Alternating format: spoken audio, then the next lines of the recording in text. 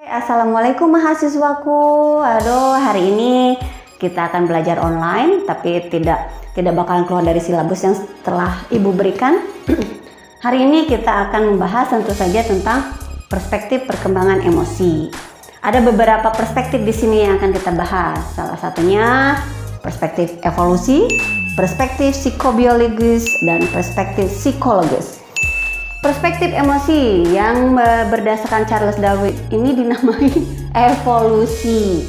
Evolusi itu seleksi alam, dan Charles Darwin memberikan beberapa karakteristik tentang teorinya. Salah satunya yakni bahwa keturunan dari berbagai generasi itu membawa sifat bawaan dari orang tuanya. Dan yang kedua, masing-masing individu dalam setiap spesies memiliki susunan morfologi, fisiologis, dan tentu saja tingkah laku. Dan yang selanjutnya, beberapa individu atau organisme itu bisa survive lebih daripada yang lainnya. Lalu ada lagi bahwa individu atau organisme itu akan menyesuaikan diri dengan lingkungan di mana dia tinggal. Lalu keturunan itu biasanya mewarisi karakteristik orang tuanya, ya. Dan yang selanjutnya, spesies mengalami perubahan saat memasuki lingkungan baru, dan secara berangsur-angsur dia akan menyesuaikan tingkah lakunya itu dengan kondisi di mana dia berada atau lingkungan di mana dia hidup. Lalu bagaimana dengan Gregor Mendel? Gregor Mendel itu menyebutkan bahwa gen itu ternyata bisa mempengaruhi perilaku.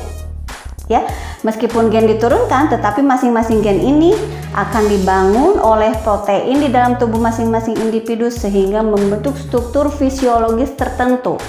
Ya, lalu ada lagi pendapat etologi yang menyebutkan bahwa respon emosi itu ternyata dapat diamati. Seperti saat ini, saya ketawa nih. Nah, itu prinsip perspektif etologi tuh. Berarti emosinya lagi diamati. Oh, ternyata mungkin dia senang. Dia sedih atau dia mungkin gembira. Nah, itu bisa diamati. Itu perspektif dari etologi yang dijelaskan oleh Lawrence and Tinbergen pada tahun 1930-an. Lalu bagaimana dengan perspektif psikobiologis? Kalau psikobiologis tentu saja dia melihatnya dari faktor neurologis dan fisiologis. Kalau berbicara mengenai neurologis, neuro itu berarti saraf yang ada di dalam individu atau organisme itu sendiri. Kalau tentang emosi berada di saraf yang mana? Terutama emosi itu berada di amigdala. Amigdala itu sense atau rasa. Dia itu bisa sedih, bisa gembira, takut, bingung. Itu ada di amigdala. Lalu dengan limbik. Limbik itu ekspresi emosinya justru yang tentu saja ada di daerah thalamus. Berada di hemisfer kiri ke kanan, di mana dia itu bisa mengenali emosi dan juga bisa mengekspresikan emosi, ya. Kalau terbayang ya, kalau individu atau makhluk hidup itu tidak bisa mengekspresikan emosinya. Dia sedih flat, dia senang flat. Kebayang nanti yang diajak ngobrol, emosinya dia tuh lagi sedih atau bingung gitu ya. Lalu ada juga perspektif psikobiologis. Di sini banyak sekali. Psikobiologis itu dibagi lagi, ada 3 bagian. Satu psychodynamic, yang keduanya berdasarkan budaya dan kognitif, dan yang ketiganya berdasarkan perkembangan. Ya. Lalu kita lihat kalau di psychodynamic itu pelopornya siapa saja? Nih, di sini ternyata ada Freud dengan teori psikoseksualnya. Lalu ada Erikson dengan teori psikososial, ya. Kalau psikoseksual mungkin itu ego, id, super ego, tapi kalau Erikson di sini psikososial. Dan Erikson pun melakukan 3 modifikasi di dalam teori psikososialnya. Yang satu, bahwa tahapan perkembangan tidak hanya sampai remaja, tetapi sepanjang rentang kehidupan manusia atau yang disebut dengan lifespan. Dan yang kedua, Erikson berpendapat bahwa beliau mengurangi karakteristik deterministik dan lebih menekankan rasio adaptasi alamiah. Ya, jadi determin itu yang tadi yang katanya keturunan itu diwariskan oleh keluarganya, oleh orang tuanya dan lain sebagainya. Lalu Erikson juga memodifikasi tentang adanya etnosentrik dalam perkembangan. Kalau etnosentrik berarti berdasarkan budaya, ya. Dan selanjutnya tentu saja beranjak ke teori budaya dan kognitif. Di dalam teori budaya dan kognitif pun ada beberapa teori. Ada tentang appraisal theory of emotion, di mana di sana misalnya kalau sedih berarti ada bahagianya, kalau takut berarti ada beraninya. Jadi dua hal yang saling bertolak belakang dan muncul secara bersamaan. Lalu ada two factor theory, di mana dia menyatakan bahwa seseorang itu didorong oleh situasi, misalnya ada dorongan di situ, lalu di situ ada interpretasi. Kalau misalnya dorongan marah, oh mungkin karena dia lagi bermusuhan, tapi pada saat yang sama meskipun dia bermusuhan tetapi ternyata dia bahagia, jadi mengurangi dosa dan lain sebagainya, ya.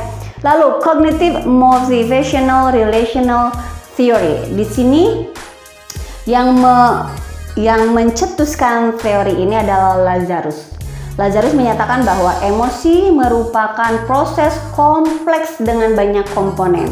Dengan banyak komponen itu bisa komponen dari luar, komponen dari diri sendiri, dan juga komponen dari arousal, dorongan seseorang.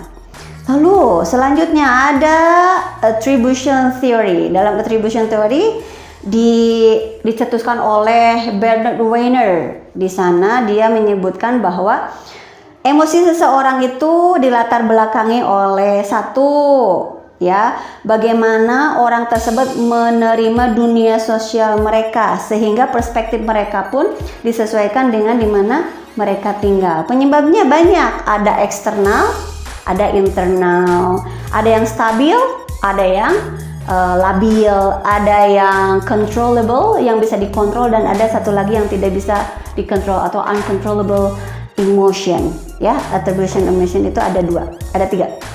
Lalu kita lihat lagi dalam perspektif psikologis, tapi dilihat dari sisi perkembangan. Sisi perkembangan pun ada tiga. Ada organizational theory, ada differential emotion theory, ada structural theory. Kalau organizational theory seperti apa?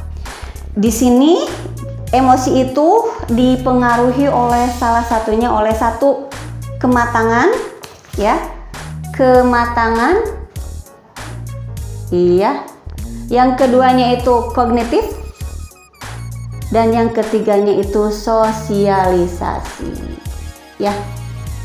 Iya, orang yang jarang bersosialisasi itu emosinya kurang matang.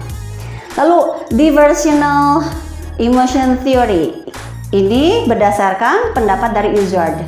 Izzard menjelaskan bahwa berbagai pengalaman emosi itu dipengaruhi oleh neurologis dan hormon secara alamiah.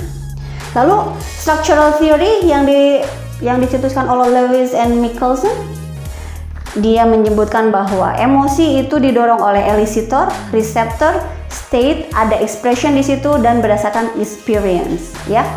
Perspektif emosi ini tentu saja kita rasakan dalam kehidupan kita sehari-hari, terutama dengan anak-anak usia dini atau anak-anak kecil. Karena karakteristik emosi anak usia dini kan datang cepat, lalu berhenti juga pada saat yang tidak diduga, gitu ya. Makanya ketika kita mengenal karakteristik emosi anak usia dini, kita pun harus mengenal perspektif perkembangan emosi dari para ahli itu. Mulai dari Darwin, mulai dari siapa tadi? Erikson, Freud, tetapi ini dirangkum oleh Lafreniere pada tahun 2000, ya. Mudah-mudahan penjelasan Ibu bisa dicerna, dan tugasnya itu ada nanti Ibu sharekan ya, ada beberapa pertanyaan yang harus kalian jawab tentang perspektif perkembangan emosi ini. Oke, untuk hari ini mungkin dicukupkan sekian. Kalau misalnya ada pertanyaan, nanti kita buka via grup. Oke, thank you very much. Terima kasih atas perhatiannya. Wassalamualaikum warahmatullahi wabarakatuh.